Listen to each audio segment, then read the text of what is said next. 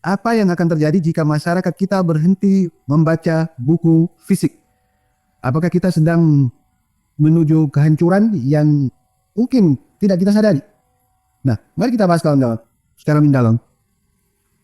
Sejak awal peradaban kawan-kawan, buku fisik ini telah menjadi kekayaan intelektual yang tidak ternilai harganya.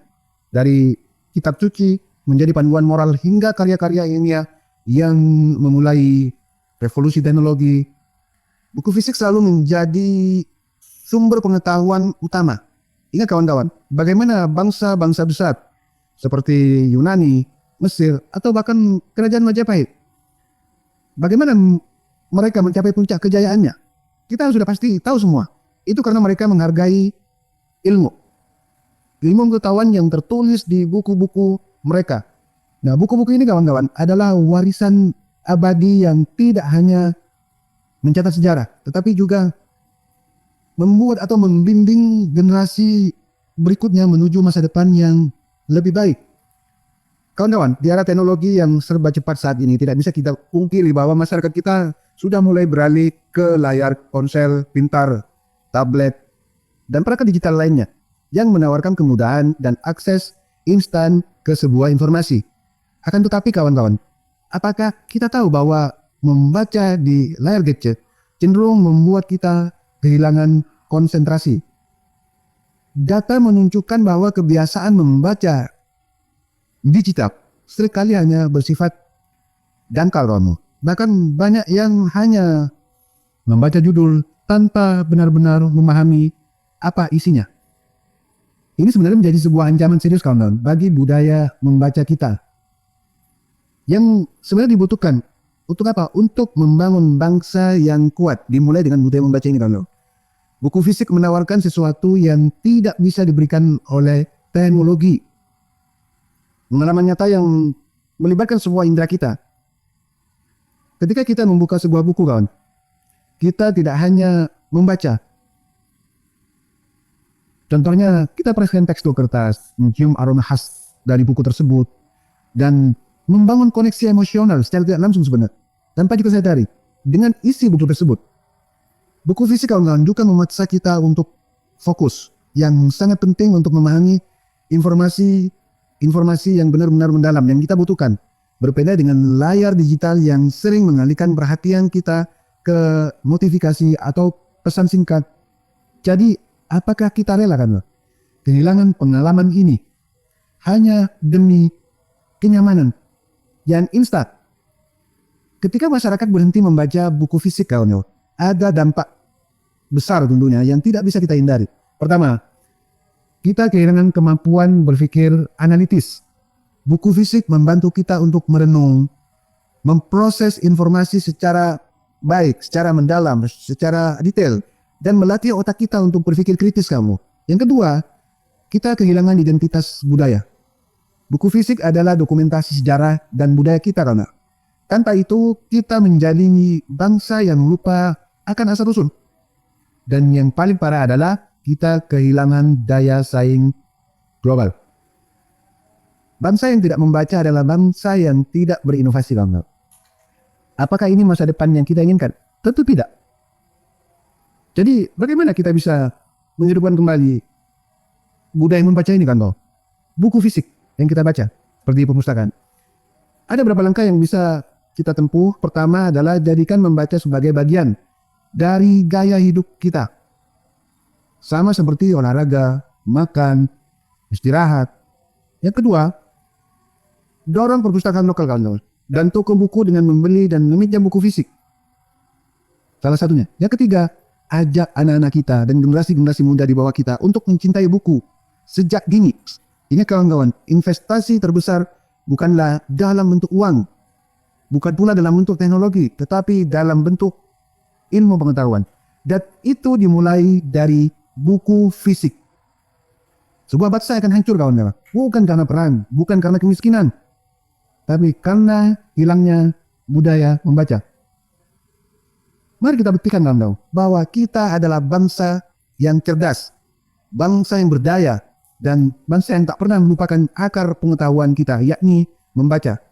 Mulai dari sekarang kawan-kawan, mari jadikan buku fisik sebagai bagian dari perjalanan proses kita menuju masa depan. Karena di balik setiap halaman buku ada kekuatan untuk mengubah dunia. Sebuah bangsa akan hancur bukan karena perang, bukan karena kemiskinan, tapi karena hilangnya budaya membaca.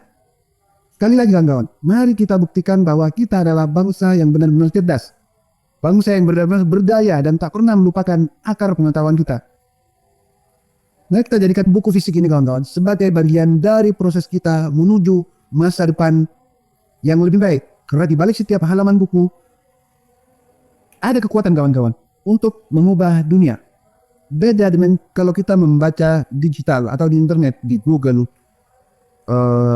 atau AI apa namanya gitu, di ChatGPT. Dengan teknologi kita tinggal ketik enter, kita sudah dapat apa yang kita cari.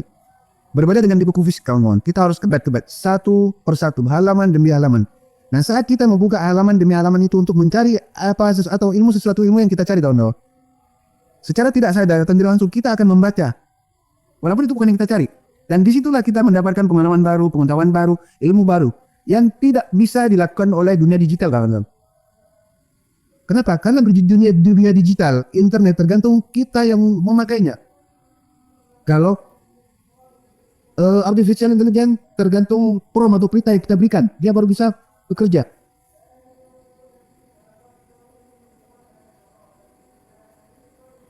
Jadi kita dengan internet, dengan dunia digital, kita terbiasa instan kawan-kawan.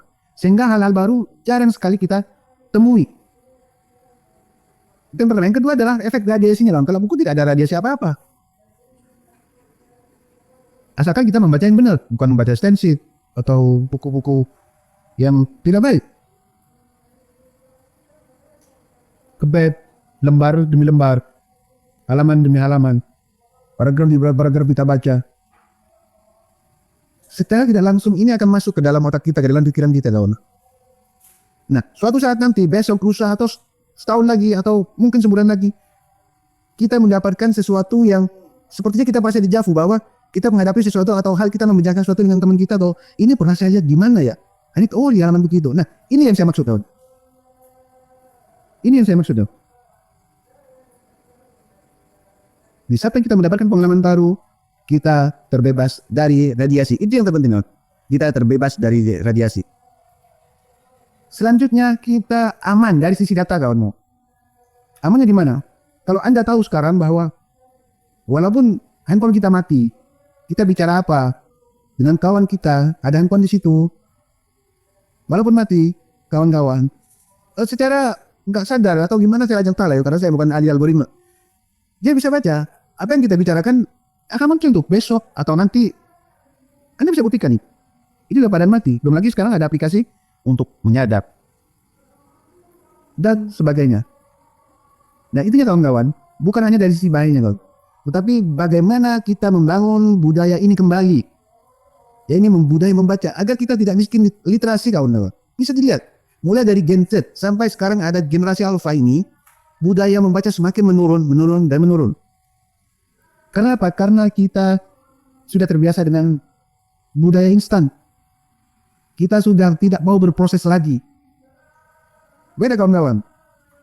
Kalau Anda pernah punya dosen, antara dosen muda dan dosen senior udah beda. Anda udah rasakan kalau Anda punya dosen. Antara dokter muda dengan dokter yang senior juga beda. Bagaimana penanganannya? Baik kawan-kawan, tidak semakin melebar. Kita sampai akhir kawan-kawan, mudah-mudahan ini jadi pembelajaran. Intinya adalah kita mesti ajarkan anak-anak kita atau murid-murid kita, mahasiswa kita untuk betah di perpustakaan, anak kita untuk betah dengan bukunya. Dengan dulu saya kecil ada cerpennya, cerita bergambar.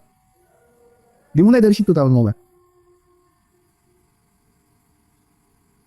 Tidak dimulai dengan handphone, dengan gadget. Sekali lagi, kita harus akui bahwa ini adalah kesalahan kita sebagai orang tua. Kenapa anak kita sekarang cenderung bodoh? Anak kita sekarang cenderung lemot.